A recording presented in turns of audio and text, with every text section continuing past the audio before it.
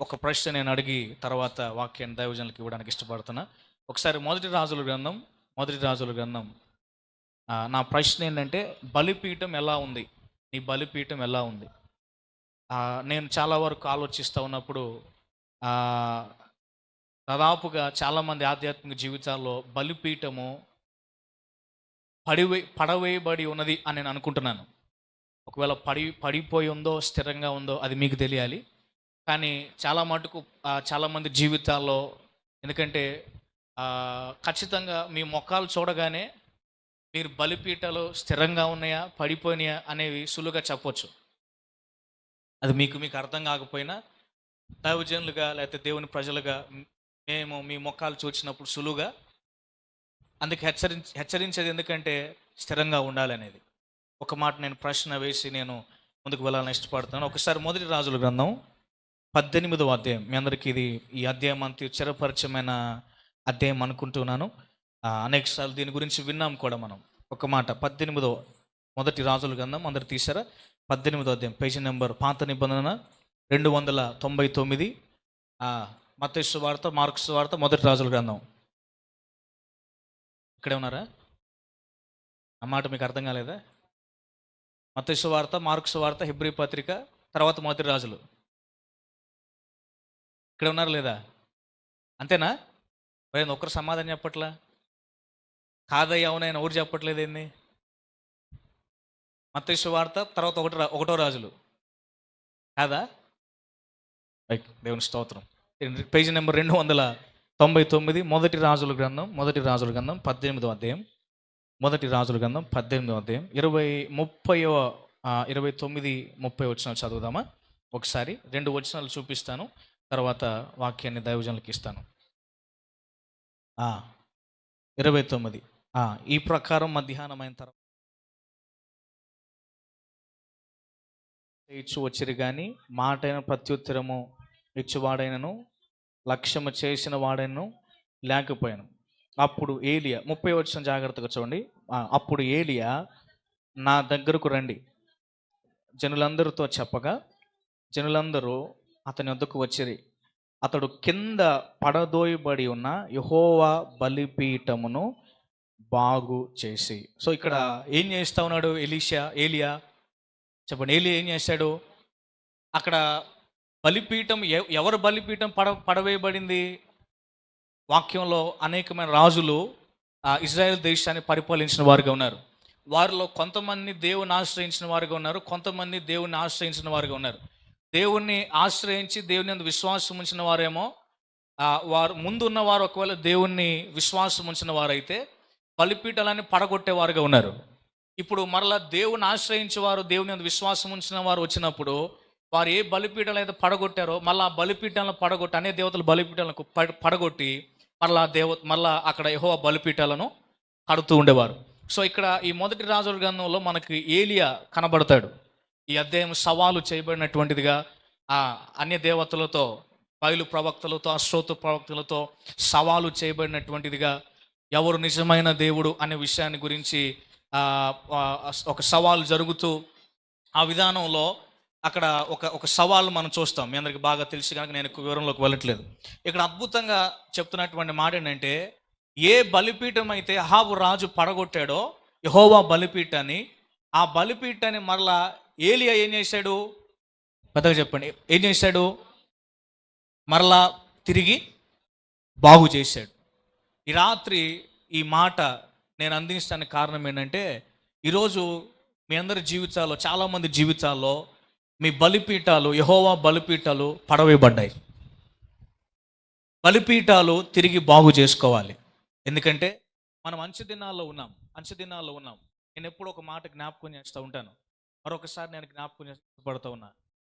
సంఘంగా మనకి సమయం అర్థం కావట్లా. ఇంకా సమయం ఉందిలే పని చేసుకోవడానికి, ఇంకా సమయం ఉందిలే మనం దేవుని మందిరానికి వెళ్ళడానికి, ఇంకా సమయం ఉందిలే మనం ఇంకేదైనా చేయడానికి అని అనుకుని ఆలోచన చేస్తూ మనం నిర్లక్ష్యం చేస్తున్నాం. వాస్తవానికి మన కుటుంబాలు పతనం అయిపోవడానికి కారణం, బలిపీఠాలు పడవేయబడడానికి కారణం ఏంటంటే నీ నిర్లక్ష్యమే. మరొక విషయం, నేను సమయం గురించి మాట్లాడుతున్న విధానంలో వాక్యం చెప్తుంది. ఎఫెసీ పత్రిక 5:15 చూస్తే, దినములు చెడ్డవి గనక సమయమును పోనివద్దు అని వాక్యం చెబుతుంది.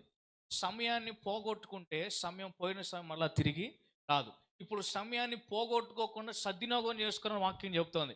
అదే మొదటి పేతురు పత్రికలో గమనిస్తే, దేవుని సంఘంగా మనకు సమయం అర్థం కావట్లేదు గనక సైతానికి సమయం బాగా అర్థమవుతుంది. సైతానికి బాగా సమయం అర్థమవుతుంది. ఎందుకు నేను ఆ మాట అన్నాను తెలుసా? మొదటి పేతురు 5:8 వచనం అనుకుంటాను, 18 వచనం 8 వచనం. అక్కడ గమనిస్తే, నిబ్రమైన బుద్ధి గల వారై మెలకుగా ఉండుడి, ఎందుకంటే మీ విరోధి అయిన అపవాది ఎట్లాగా చెప్పండి, గర్జించు సింహం వలె ఎవరిని మింగులాడదని వాడు వెతుకుచు తిరుగులాడుచున్నాడని వాక్యం చెప్తోంది.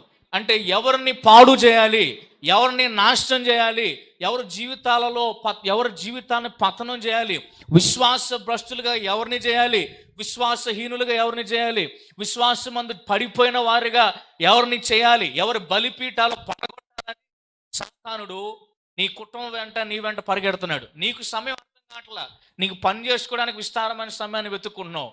కానీ దేవుని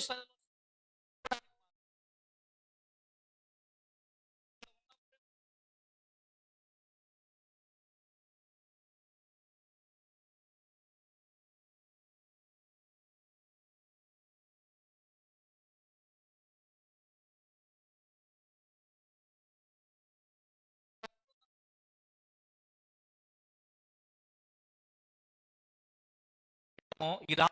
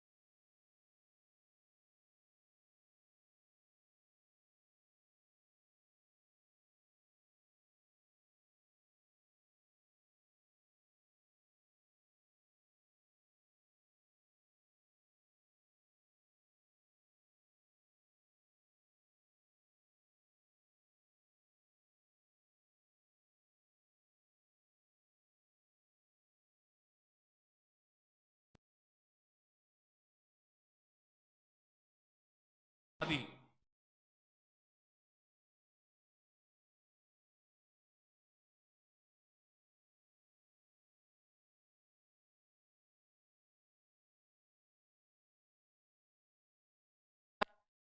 ఆయన ఆయన ఆయన ఎలాంటి గుణగణాలు గల దేవుడై ఉన్నాడో దాన్ని బట్టి ఆల్రెడీ ఆయన దేవుడే. హల్లెలూయా. మీకు అర్థమవుతుందా? సో నేను చెప్పడం వల్ల నువ్వు చెప్పడం వల్ల దేవుడు అవ్వట్లేదు ఆయన. మీరు గమనించండి. సో దేవుడు అనేది తెలుసుకుంటారని చెప్తున్నది అక్కడ. మీరు ఒకసారి చదువుతారన్నమాట. వారి హృదయంలో మీ తట్టు తిరగజేయబడిననియు మీరు తర్వాత నీవు నీవు వారి హృదయములను నీ తట్టు తిరగజేయదవనియు నీ జనులకు తెలియజేయనట్లుగా వారి హృదయాలు తిప్పబడాలి. తిప్పబడడం ద్వారా ఏం చేయబడాలి? వారు ఏం తెలుసుకోవాలి? నీవే దేవుడు అని తెలుసుకోవాలి.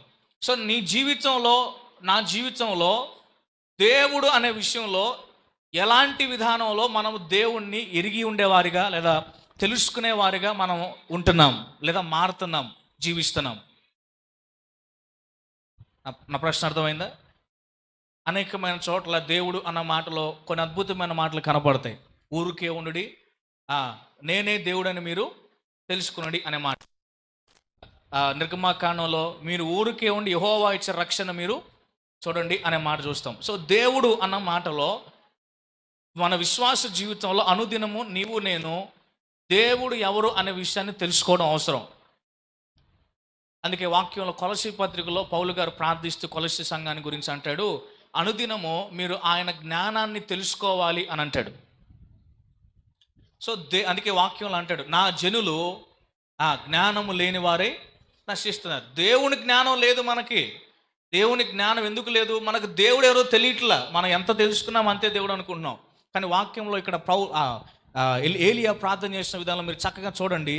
వారు హృదయాలు ఎటువైపు వెళ్ళాలో అర్థం కాల. ఇప్పుడు వారు ఒక సవాలు చేస్తూ ఆ సవాలు విషయంలో ఇప్పుడు ఎలీషా సమయం వచ్చినప్పుడు ఏలియా సమయం వచ్చినప్పుడు ఏలియా ప్రార్థిస్తూ ఈ మాట అన్నాడు, అయ్యా వారు హృదయాలు నీ వైపు తిప్పబడటం ద్వారా నీవు దేవుడని వారు తెలుసుకోవాలని. మన జీవితానికి లోకం దేవుడు కాదు, మన జీవితానికి యేసయ్య దేవుడు.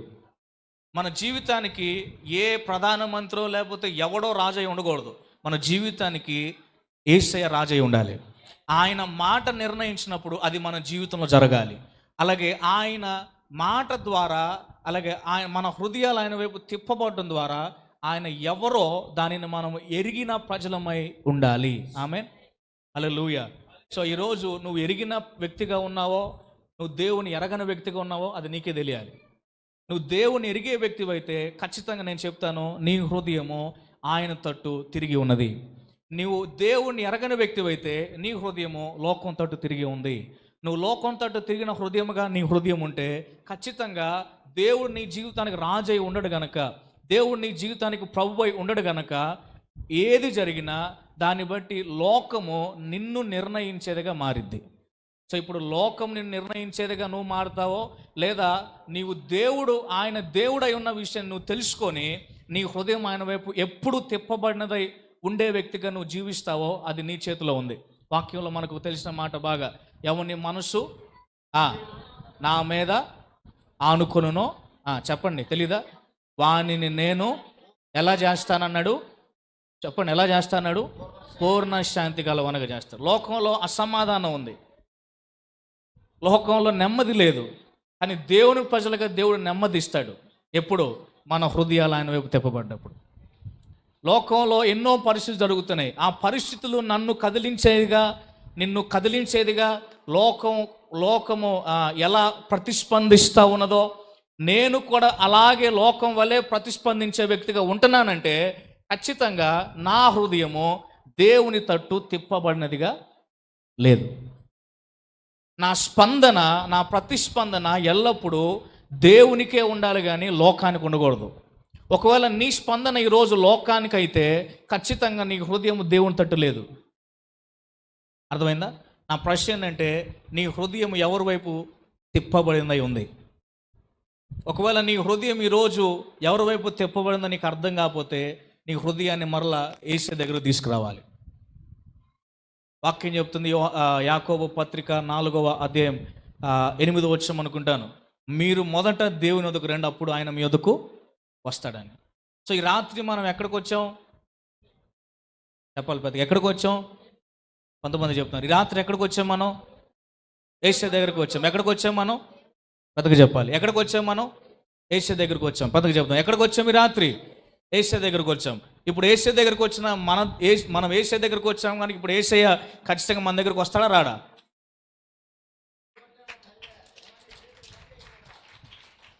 ఖచ్చితంగా యేసయ్య మన దగ్గరికి వస్తాడా రాడా? ఇప్పుడు యేసయ్య మన దగ్గరకు వస్తే మన హృదయం లోకం తట్టు ఉంటే యేసయ్య ఉంటాడా? చెప్పండి, ఉంటాడా? చెప్పండి, ఉంటాడా? సో ఇప్పుడు యేసయ్య తట్టు ఉంటే యేసయ్య ఉంటాడా ఉండడా? నా హృదయం యేసయ్య తట్టు ఉంటే యేసయ్య ఉంటాడా ఉండడా? ఒక వ్యక్తి బర్తలోమైన వ్యక్తి గురించి వాక్యం చూస్తాం కదా మనం. యేసయ్య వెళ్తున్నాడు అని విన్నప్పుడు మీరు గమనించండి, అద్భుతాలు జరిగే విషయంలో, ఆశ్చర్యకార్యాలు జరిగే విషయంలో అందరికీ జరగవు. అర్థమైందా? విశ్వాసం అన్న విషయంలో దేవుడు విశ్వాసాన్ని చూస్తాడు. మీరు మార్కు సువార్త 2వ అధ్యాయంలో మీరు చదువుకుంటూ వెళ్తే 5వ వచనంలో యేసు ప్రభు వారు ఒక ఇంట్లోకి వెళ్ళాడు. ఆ ఇంట్లో ఆ కాలు బెడ్డానికి కూడా ఖాళీ లేదు, స్థలం అంతా నిండిపోయింది. అప్పుడు ఒక వ్యక్తిని తీసుకొచ్చారు, పక్షవాయు రోగంతో ఉన్న వ్యక్తిని. నలుగురు మోసుకుంటూ వచ్చారు. ఇంట్లో చూస్తే ఖాళీ లేదు. యేసయ్య దగ్గరికి ఆ వ్యక్తిని తీసుకెళ్దామంటే, కానీ అద్భుతంగా అక్కడ ఒకసారి చదువుతారా మార్కు సువార్త 2వ అధ్యాయం 5వ వచనంలో, వారు ఏం చేశారంటే యేసయ్య దగ్గరికి ఆ వ్యక్తిని తీసుకెళ్లాలని ఆలోచన చేసి, ఇప్పుడు వారు స్థలము లేదు గనక చదవండి, యేసు వారి విశ్వాసాన్ని చూసి, ఇప్పుడు యేసయ్య దగ్గరికి ఆ వ్యక్తిని ఎలా తీసుకెళ్లారు? ఇంట్లోకి వెళ్ళడానికి ఖాళీ లేదు కాబట్టి వారి ఇంటి మీదకి ఎక్కి ఇంటి కప్పును విప్పి యేసయ్య ఎక్కడ ఉన్నాడో అక్కడికి ఆ వ్యక్తిని కిందకు దించారు. ఇప్పుడు యేసయ్య ఈ పక్షవాయు రోగంతో ఉన్న వ్యక్తిని చూస్తా ఉన్నాడు. ఆ వ్యక్తి విశ్వాసంతో పాటుగా ఎవరైతే పైనుంచి కిందకు దించుతున్నారో వారి విశ్వాసం యేసయ్య చూస్తున్నాడు. ఒకసారి పక్కనోడితో చెప్పండి, చేయబట్టుకొని, యేసయ్య ఈరోజు నీ విశ్వాసాన్ని చూస్తున్నాడు. మరలా, యేసయ్య ఈరోజు నీ విశ్వాసాన్ని చూస్తున్నాడు. మరలా, యేసయ్య ఈరోజు మరలా చెప్పండి, యేసయ్య ఈరోజు నీ చెప్పండి రాయన, కింద ఉన్నవారు చెప్పండి, చెప్తారా? చేయబట్టుకొని చెప్పండి ఒకరు. యేసయ్య ఈరోజు నీ విశ్వాసాన్ని చూస్తున్నాడు. మరలా, యేసయ్య ఈరోజు నీ విశ్వాసాన్ని చూస్తున్నాడు. హల్లెలూయా చెప్తాం, హల్లెలూయా. ఏం చూస్తున్నాడు ఆయన? నీ విశ్వాసాన్ని. సో ఆ వారి విశ్వాసాన్ని చూచి యేసయ్య ఆ వ్యక్తిని బాగు చేశాడు. సో నా విశ్వాసాన్ని చూస్తాడు. నా హృదయం యేసయ్య తట్టు లేకపోతే నాకు విశ్వాసం కూడా ఉండదు. ఎన్ని ప్రార్థనలైనా చేయి, ఎంత ఉపవాసమైన ఉండు, నా హృదయం ఆయన వైపు తిప్పబడడం ద్వారా నేను ఆయన దేవుడు అని తెలుసుకోవడం అవసరం నా జీవితానికి. మీరు గమనించండి, నేను యేసయ్యను నమ్ముకొని బాప్తీసం తీసుకుని చాలా ఏళ్ళు అయింది కదా, యేసయ్య నాకు తెలియదా? యేసయ్యను తెలుసుకోవడం, దేవుని తెలుసుకోవడం ఏంది అని మీరు అంటున్నారా అని అనొచ్చేమో. నేను అనే మాటలో యేసయ్య దేవుడు అని తెలుసుకోవడం అనే విషయాన్ని గురించి కాదు, కానీ యేసయ్యను ఎరిగిన వారిగా అనుదిన జీవితంలో ఆయనను మనము తెలుసుకోవడం అవసరం. ఉదాహరణకి మీకు అర్థమయ్యే విధానం చెప్తాను. అబ్రహాం గురించి మీరు జ్ఞాపకం చేసుకోనండి. అబ్రహాంను దేవుడు పిలిచిన తర్వాత మీరు ఒకసారి ఆదికాండం 18వ అధ్యాయానికి వెళ్ళగలిగితే అక్కడ దేవుడు సొదొమ గొమొర్రా గురించి మాట్లాడుతూ ఏమంటాడు? నేను ఏదేది చేయాలనుకుంటున్నానో అది నా సేవకునితో నేను చెప్పకుండా ఉంటానా అని. తర్వాత కింద ఏమంటాడు తెలుసా? ఈ అబ్రహాము వారి సంతానం అంతా కూడా నా కట్టడలను నా విధులను అనుసరించి నడుచుకుంటారని నాకు బాగా తెలుసు అంటాడు. హల్లెలూయా. ఎవరు చెప్తున్నారు ఈ మాట? దేవుడు తనకు తానే చెప్తున్నాడు. నేను చెప్పకుండా దాచిపెడతానంటూ అబ్రహాముతో ఏమంటాడు? అబ్రహాం గురించి నేను దాచిపెట్టకుండా ఉంటానని అబ్రహాం గురించి అనుకుని అబ్రహాముతో మాట్లాడిన తర్వాత ఆ మాట చెప్తున్నాడు దేవుడు. ఒకసారి చదువుతారన్నమాట. తన పిల్లలను తన ఇంటి వారును నీతి న్యాయములు జరిగించుచు యెహోవా మార్గమును గైకొనుటకు అతడు వారికి ఆజ్ఞాపించినట్లు. ఎవరు చెప్తున్నారు ఈ మాట? చెప్పండి, ఎవరు చెప్తున్నారు ఈ మాట? దేవుడు చెప్తున్నాడు. అతనిని నేను ఏమంటున్నాడు? చివరి మాట, నేను ఎరిగి ఉన్నాను. కనపడలేదా? 18వ అధ్యాయం ఎన్నో వచనం? 19వ వచనం. 18 ఆదికాండం 18వ అధ్యాయం 19వ వచనం చివరి మాటలో అతనిని నేను ఎరిగి ఉన్నాను అంటున్నాడు. ఎవరు చెప్తున్నారు ఈ మాట? దేవుడు చెప్తున్నాడు. మరొక సందర్భం జ్ఞాపకం చేస్తా. 22వ అధ్యాయం ఆదికాండం 22వ అధ్యాయం 10వ వచన భాగం అనుకుంటాను. అక్కడ వెళ్ళగలిగితే దేవుడు 22వ అధ్యాయంలో ఏం జరిగింది? అబ్రహాముకు కుమారుని ఇచ్చినాక ఆ కుమారుని బలర్పించమన్నారు. మౌర్య అనే పర్వతం మీద తీసుకెళ్ళి బలర్పించి అన్ని ఏర్పాటు చేసినట్టు బలర్పించే సమయానికి దేవుడు మాట్లాడుతూ ఆ చిన్నవాడిని ఏం చేయొద్దు అని చెప్పిన తర్వాత, ఇందుని గురించి నేను తెలుసుకున్న విషయం ఏంటంటే, అబ్రహాము నీవు నాకు నిజముగా భయపడువాడు అని నేను నిన్ను ఎరిగి ఉన్నాను అన్నాడు. ప్రైజ్ ది లార్డ్, హల్లెలూయా. ఈ మాటలు ఎవరు చెప్తున్నారు? చెప్పండి. ఈ మాటలు ఎవరు చెప్తున్నారు అంటే ఒక వ్యక్తిని గురించి దేవుడు ఎరిగి ఉండడానికి ఇష్టపడుతున్నాడా లేదా? నా మాటలు మీకు అర్థమనియా? మీకు అర్థమైనా లేదా? ఒక వ్యక్తిని గురించి లేదా నీ గురించే దేవుడు నిన్ను ఎరిగి ఉండడానికి ఇష్టపడుతున్నాడు. అబ్రహామును చూసి అతను నేను ఎరిగి ఉన్నాను, నా కట్టడలను నా విధులను అనుసరించి నడుచువాడని నేను ఎరిగి ఉన్నాను అని ఒక చోట చెప్పాడు. రెండో సందర్భంలో ఏమన్నాడు?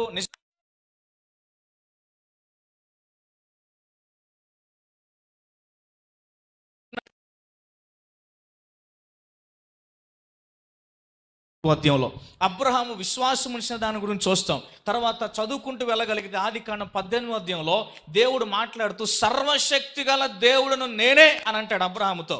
తర్వాత నేను నిబంధన చేస్తున్నాను అని అన్నాడు దేవుడు. అబ్రహాము దేవుని గురించి సర్వశక్తి గల దేవుడిగా, చూచే దేవుడిగా, తన ముందు నడిచే దేవుడిగా, తనకు సహాయం చేయగలిగిన దేవుడిగా, యెహోవా ఈరేగా అబ్రహాము దేవుని గురించి తెలుసుకున్నాడు. హల్లెలూయా. చెప్పలు కూడా దేవుని మహిమ పడదాం. నిద్రపోతున్నారు అనుకుంటా, నిద్ర వస్తుంది అలసిపోయి. అబ్రహాము దేవుని ఎరిగిన ప్రకారము దేవుడు కూడా అబ్రహాముని, ఇప్పుడు అబ్రహాము జీవితాన్ని ఉదాహరణ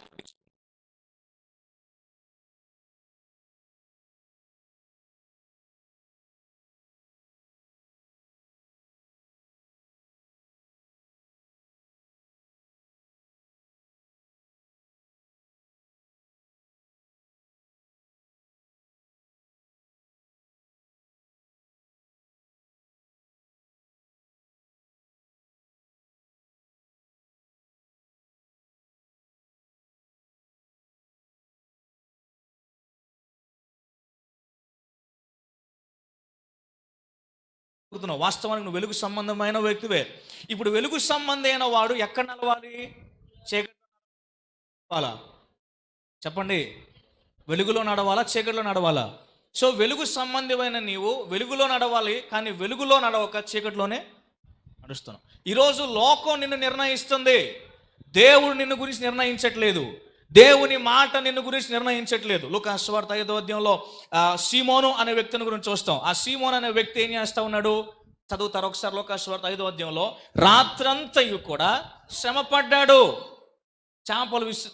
చేపలు పడ్డానికి వలలు వేసాడు, చాలా కష్టపడ్డాడు, కానీ ఏమీ దొరకల. మీరు గమనించండి, ఉదయాన్నే యేసు ప్రభువారు సీమోన్ అనే వ్యక్తి ఆ పడవను ఎన్నుకున్నాడు, ఆ పడవలు అడుగు పెట్టాడు, కొంచెం లోతుకు నడిపించమన్నాడు, లోతుకు వెళ్ళారు. ఇప్పుడు ఏం చేస్తున్నాడు? వల ఇక్కడ పోయిన ఆయన అన్నాడు. సీమోన్ ఏం చెప్పాడు? అయ్యా మేము ఏలినవాడా, రాత్రంతా కూడా మేము ప్రయాసపడ్డాం, ఏం దొరకలా.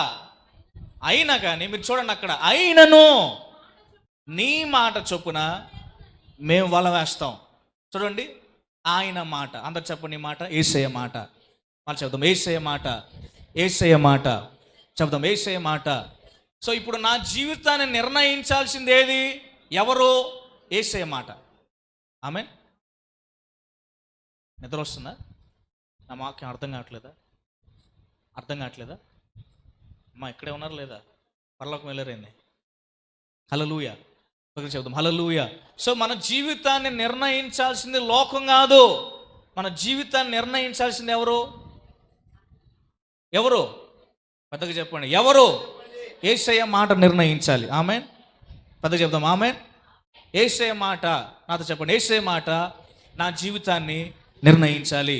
మరలా యేసయ్య మాట నా జీవితాన్ని నిర్ణయించాలి. మరలా యేసయ్య మాట నా జీవితాన్ని నిర్ణయించాలి. మరలా యేసయ్య మాట నా జీవితాన్ని పెద్ద చెప్పండి, ఏం చేయాలి? నిర్ణయించాలి. ఆమేన్. సో అయ్యా నీ మాట చొప్పున అన్నాడు, వల వేసాడు. ఎన్ని చేపలు పట్టాడు చూడండి, విస్తారమైన చేపలు. అక్కడ అద్భుతంగా ఉంటుంది, మీరు గమనిస్తే తాను రాత్రంతా ప్రయాసపడింది ఏమీ లేదు, కానీ యేసయ్య మాట సెలవిచ్చినప్పుడు, వల వేసినప్పుడు చేపలు ఎంత విస్తారంగా వస్తాయంటే వాక్యం చెప్తుంది, వలలు కూడా పెకిలిపోయేంతగా, అంటే వలలు కూడా తెగిపోయేంత విస్తారమైన చేపలు వచ్చినాయి. ఆమేన్. హల్లెలూయా. వలలు కూడా చెప్పండి అంటే తెగిపోయేంతగా. ఇప్పుడు వారు ఏ పడవలో ఉన్నారో ఆ పడవను చేపలతో వారు నింపుకున్నారు. ఇప్పుడు నింపుకున్నా కానీ ఇంకా వలలో చేపలు ఉన్నాయి. ఇప్పుడు వాక్యం చెప్తుందంటే వారి పడవలు నింపుకున్న తర్వాత ఇంకా ఉన్న చేపలను బట్టి వారి పక్కన ఉన్నటువంటి పడవలను వారు రమ్మని సైకిల్ చేశారంట.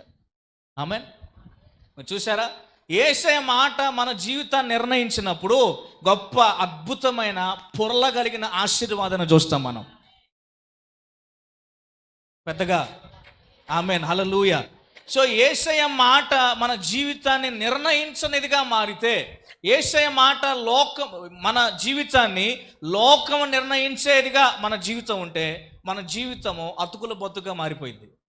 కష్టపడతావు, సంపాదిస్తావు, ప్రయాసపడతావు, కానీ ఉపయోగం ఏమి చెప్పండి? ఉపయోగం ఏమి? అదే చెప్పాలి. ఉపయోగం ఏమి ఉండదు. సో అతుకుల బతుకు కావాలా, ఉపయోగం లేని బ్రతుకు కావాలా, లేకపోతే యేసయ్య మాట ద్వారా నిర్ణయించిన జీవితం కావాలా? చెప్పండి. యేసయ్య మాట ద్వారా జీవించే విధానం కావాలి. మీరు గమనించండి, యేసయ్య మాట నిర్ణయిస్తే మన జీవితాన్ని మన అలాంటి గొప్ప విధానంలోకి నడిపించబడేవారుగా మారుతాం. యేసయ్య మాట మన జీవితాన్ని నిర్ణయించనిదిగా లోకం మన జీవితాన్ని నిర్ణయిస్తే, నీ ఒక విశ్వాస గమ్యం ఎక్కడికో తెలుసా? ఏమంటారు దాన్ని? గమ్యము లేనటువంటి విధానం. గమ్యము లేని విధానం. గమ్యము లేని విధానం అంటే నా ఉద్దేశంలో, ఇప్పుడు నువ్వు ఎలాంటి వ్యక్తిగా మారుతావు అంటే, నీకు కష్టం వచ్చినప్పుడే దేవుడు గుర్తొస్తాడు. ఇక మిగిలిన సమయంలో నీ హృదయం ఆయన వైపు తిప్పబడలేదు గనక, ఆయన దేవుడు అనే విషయాన్ని నువ్వు మర్చిపోయావు గనక, వారి జీవితాల్లో యెజబెలు వచ్చిన తర్వాత ఎవరిని ఆరాధించాలో అర్థం కాని పరిస్థితి. అందుకే ఏలియా 18వ అధ్యాయం 17వ వచనం భాగం 12వ వచనం భాగం అనుకుంటాను, ఏమనంటే ఇజ్రాయెల్ ప్రజలను పిలిచి వారిని చూచి, మీకు ఎన్నాళ్ళ మటుకు మీరు రెండు తలంపుల మధ్య తడబడతారు? మీకు యెహోవా దేవుడైతే ఆయన ఆశ్రయించండి, బయలు దేవుడైతే బయలునే ఆశ్రయించండి. కానీ ఎంతవరకు దేవుడు ఎవరో ఎరగని వారిగా మీరు రెండు తలంపుల మధ్య ఉండి గమ్యము లేని వారుగా ఉంటారు అని చెప్తున్నాడు. సో ఇప్పుడు నా హృదయము నా జీవితాన్ని యేసయ్య మాట నిర్ణయించని జీవితంగా అవుతే లోకం నిర్ణయించే మాటగా నా జీవితం మారితే, నా విశ్వాస గమ్యం ఎక్కడికంటే ఎటువైపు వెళ్ళలేకుండా ఆగిపోయే విశ్వాస జీవితంగా మారింది. అంటే మరొక మాటలో గమ్యము లేనటువంటి ఆ తిక్కమక్కలో బ్రతికే విశ్వాసిగా నేను మారుతాను. విశ్వాసాన్ని కాదు, అవిశ్వాస సంబంధమైన వ్యక్తిగా నేను మారిపోతాను.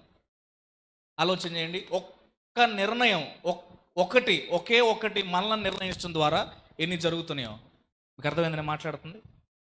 హల్లెలూయా. ఈరోజు నీ బలిపీఠం పడిపోతే మళ్ళీ బాగు చేసుకోవాలి. ఆమేన్. చెప్తా పెద్దగా ఆమేన్.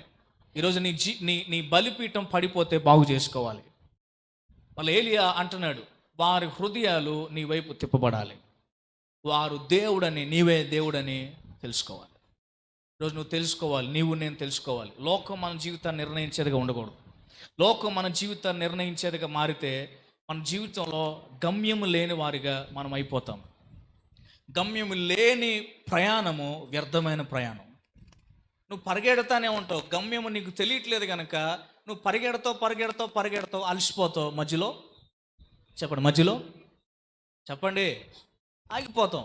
ఇప్పుడు గమ్యం నాకు తెలిస్తే, నేను గమ్యాన్ని చూస్తూ ఉంటే, ఇప్పుడు ఆ గమ్యాన్ని చేరుకోవడానికి నేను పరిగెడుతూ ఉంటా. అలసిపోయినా మరలా తిరిగి శక్తిని పొందుతాను, మరలా తిరిగి ప్రయాణాన్ని నేను కొనసాగిస్తాను. ఆగిపోను మధ్యలో. ఈరోజు మనం ఆగిపోతున్నాం మన విశ్వాస పరుగు పందెంలో. ఈరోజు దేవుడు నాకు ఒక గమ్యాన్ని పెట్టాడు.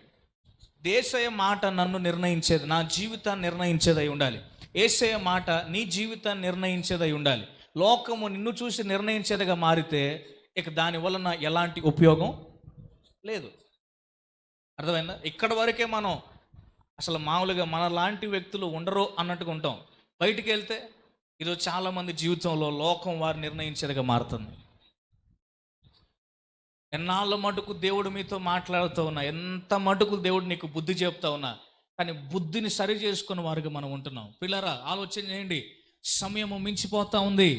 వాక్యం చెప్తుందా, మనం చదివాం కదా, ఎఫెసీ పత్రిక 5వ అధ్యాయం 15 వచనం, దినములు చెడ్డవి అంటున్నాడు. సమయాన్ని మనం గుర్తెరగాలి. నీ చేతిలో లేదు, నా చేతిలో లేదు. కేవలం మన పని ఏంటంటే ప్రార్థన చేయటమే. మనం ప్రార్థించినప్పుడు దేవుడు పని చేయడం ప్రారంభిస్తాడు. ఆయన పని చేయడానికి మనం ప్రార్థించేవారుగా మారాలి. ఆమేన్, హల్లెలూయా. నేను ఒక దైవజనుడు చెప్తున్నప్పుడు నేను ఒక మాట విన్నా. ఏంటంటే, దేవుడు ఖాళీగా ఉండకుండా పని చేయడానికి మనం ఆయన చేతికి పని ఇవ్వాలంట. మాట అర్థమైందా? అదేందా ఆ మాట అన్నావంటే, అవును దేవా నా ఇది చెయ్యి అని నువ్వు చెప్పి ఇది చెయ్యి అని నేను అన్నప్పుడు అది చేయడానికి ఆయన ఏం చేస్తాడు? తన చేతులను చాపుతాడు. అది మనం ఏం చేయకుండా మెల్లకుండా ఉన్నాం అనుకోండి, ఇప్పుడు ఆయన చేతులు చాపడు. చేతులు కూడా ఎట్లా ఉంటాయి? ఖాళీగా ఉన్న మాటలు అర్థమవుతుందా లేదా? ఖాళీగా ఉంటాయి. సో ఇప్పుడు దేవుని చేతులు ఎప్పుడు పని చేస్తున్నవై ఉండాలంటే, ప్రతి విశ్వాసిగా, దేవుని ఎరిగిన వ్యక్తులుగా నీవు నేను అనుదినం ప్రార్థించేవారుగా మారాలి. ఆమేన్, చెప్దాం ఆమేన్, హల్లెలూయా. సో అనుదినము ప్రార్థించేవారిగా మనం మారాలి. సో దినములు చెడ్డవి, దినములు గతిస్తూ ఉన్నాయి. ఎంత త్వరగా గతిస్తున్నాయి అంటే అంత త్వరగా గతిస్తూ ఉన్నాయి.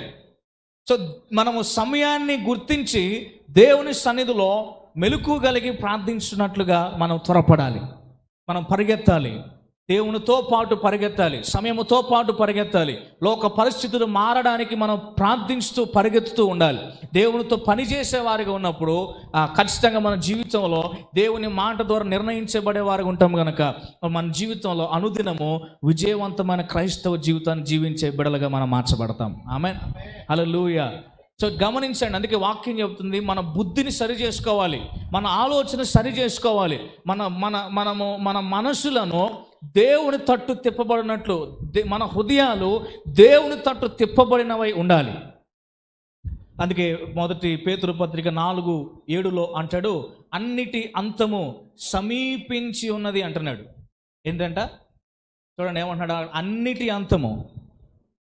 ఒకసారి మొదటి 4వ అధ్యాయం ప్రారంభం చదువుకుంటూ వస్తే, ఒకప్పుడు మీరు ఎలా ఉన్నాం, మనం ఎలా ఉన్నాం అనే విషయాన్ని చెప్తూ ఉంటాడు పేతురు గారు. ఒకసారి చదువుదామా? మొదటి పేతురు పత్రిక 4వ అధ్యాయం, మొదటి పేతురు పత్రిక 4వ అధ్యాయం ప్రారంభం నుండి. క్రీస్తు శరీరమందు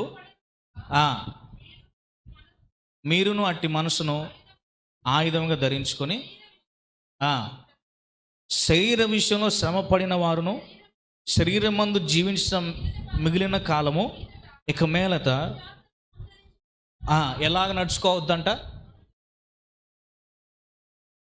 మనుజ ఆశలు అనుసరించి నడుచుకోక దేవుని ఇష్టానుసారముగానే నడుచుకున్నట్లు పాపము జోలికి ఇకను ఏమీ ఉండక మనం పోకిరి చేష్టలు, దురాశలు, మద్యపానము, అల్లరితో కూడిన ఆటపాటలు, తాగుబోతు, విందులు చేయదగినవని విగ్రహ పూజలు మొదలైన వాటి యందు నడుచుకొనుచు అన్యజనులు ఇష్టంలో నెరవేర్చుటకు గతించిన కాలమే చాలును. చూడండి ఏమంటున్నాడు? ఒకప్పుడు యేసేను ఎరగక మునుపు ఎలాంటి వారిగా ఉన్నామంటున్నాడు? మన సొంత ఇష్టాలను నెరవేర్చుకునే వారిగా ఉన్నాం. మనం మనుజాశలు నెరవేర్చుకునే వారిగా, ఉద్దేశాలు నెరవేర్చుకునే వారిగా ఉన్నాం. ఇప్పుడు యేసేను ఎరిగిన తర్వాత యేసేకి ఇష్టంగా బ్రతకాలి, ఉండాలి, పాపముతో ఇక మనకి ఎలాంటి సంబంధం ఉండకూడదు అని మాట్లాడుతూ ఇంకా ఏమంటాడంటే, మనం నడుచుకున్న విధానం విషయమై అవన్నీ గతించిన కాలం సరిపోయింది. ఎట్లాగా ఉన్నామో విగ్రహారాధన, పోకరి చేష్టలు, దురాశలు, మద్యపానం, అల్లరితో కూడిన ఆటపాటలు, తాగుబోతులు, విందులు, విగ్రహారాధన, ఇవన్నిటి విషయంలో నడుచుకున్నాం. అన్ని జనులతో అన్నిట్లో మనం మునిగిన వారమై ఉన్నాం. ఇవన్నీ గడిచిన కాలం సరిపోయింది. మరి ఇప్పుడేం చేయాలి? చదువుదాం.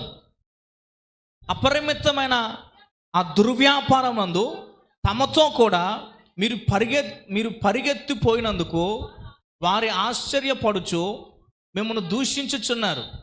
సజీవులకును మృతులకును తీర్పు తీర్చుటకు సిద్ధముగా ఉన్నవానికి వారు ప్రతివాదులై ఉన్నారు. మృతులు శరీర విషయంలో మానవరీత్యా తీర్పు పొందినట్లు, ఆత్మ విషయంలో దేవుని బట్టి జీవించినట్లు వారికి కూడా సువార్త ప్రకటింపబడెను. హల్లెలూయా. వారికి కూడా ఏం చేయబడిందంట? చెప్పండి. వారికి కూడా ఏం చేయబడింది? మనం అందరితో కలిసి ఉన్నాం ఒకప్పుడు, కానీ తీర్పు తీర్చబడింది. అందుకే వారికి కూడా సువార్త ప్రకటించబడింది అంటున్నాడు. ఈరోజుకి చాలామంది ఒకప్పుడు తాగి పాడైపోయి ఇప్పుడు మళ్ళా తాగుతున్నారు. యేసుని అంగీకరించి చాలా సంవత్సరాలు అయిన తర్వాత. వాక్యం చెప్తుంది అది తగదు. ఒకవేళ అలాగ మరలా నువ్వు జీవిస్తే ఏమవుతావు? దేవుని ఉగ్రత పాలవుతావు. నువ్వు దేవుని ఉగ్రత పాలవడానికి ఇష్టమా? చెప్పండి. ఇక్కడే ఉన్నారా? నిద్ర వస్తుందా? దేవుని ఉగ్రత పాలవడం ఇష్టమా? కాదు. దేవుని ఉగ్రత పాలవడం ఇష్టం లేదు. అందుకే నేను బ్రతికిస్తా ఉన్నాడు, అందుకే నేను సజీవుడిగా ఉంచుతున్నాడు. ఈ విషయాన్ని గుర్తుపెట్టుకో. ఇక నువ్వు గతించిన కాలం సరిపోయింది, తీర్పు కాలం వస్తూ ఉంది. కాబట్టి ఇక్కడేమన్నాడు 7వ వచనంలో, మరలా వాడికి కూడా సువార్త ప్రకటించబడిందని చెప్తూ, అయితే అన్నిటి అంతము సమీపమై ఉన్నది కాబట్టి ఒక విశ్వాసిగా, దేవునిని ఎరిగిన వ్యక్తిగా మీరు స్వస్థ బుద్ధి కలిగి ఉండాలి. స్వస్థ బుద్ధి గలవారే ప్రార్థన చేసే విషయంలో మెలకువగా ఉండాలి. హల్లెలూయా. ఎట్లా ఉండాలి? ఏ బుద్ధి? మొదట ప్రార్థన చేసే విషయంలో మెలకువగా ఉండాలంటే ఏ బుద్ధి కలిగి ఉండాలి? చెప్పండి. ఏ బుద్ధి? ఎరా లేదా? మాటలు అర్థం కావట్లేదు మీకు. స్వస్థ బుద్ధి అని చెప్పండి. పెద్దగా చెప్పండి. స్వస్థ బుద్ధి. స్వస్థ బుద్ధి గలవారే ఏం చేయాలంట? ప్రార్థన చేసే విషయం అందు ఎట్లా ఉండాలి? మెలకువగా ఉండాలి.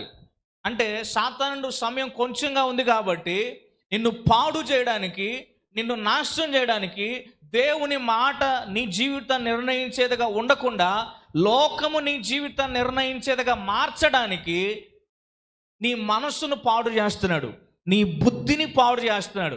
కాబట్టి నీ మనస్సు పాడైపోకుండా ఉండాలి అంటే అనుదినము నీ బుద్ధికి ఏం కావాలి? చచ్చిపోయారా? బతికే ఉన్నారా? పెద్దగా చెప్పండి. ఏం కావాలి? స్వస్థత కావాలి. స్వస్థ బుద్ధితో బ్రతకాలి.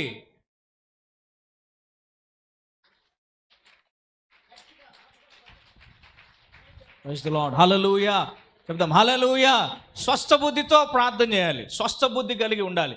నా మనస్సు పాడైపోతుందని చెప్పి వదిలేసాను అనుకోండి, నా బుద్ధి పాడైపోతుందిలే, మార్చుకుంటాలే అని వదిలేసావు అనుకోండి, మార్చుకునే లేదు, సచ్చేది లేదు.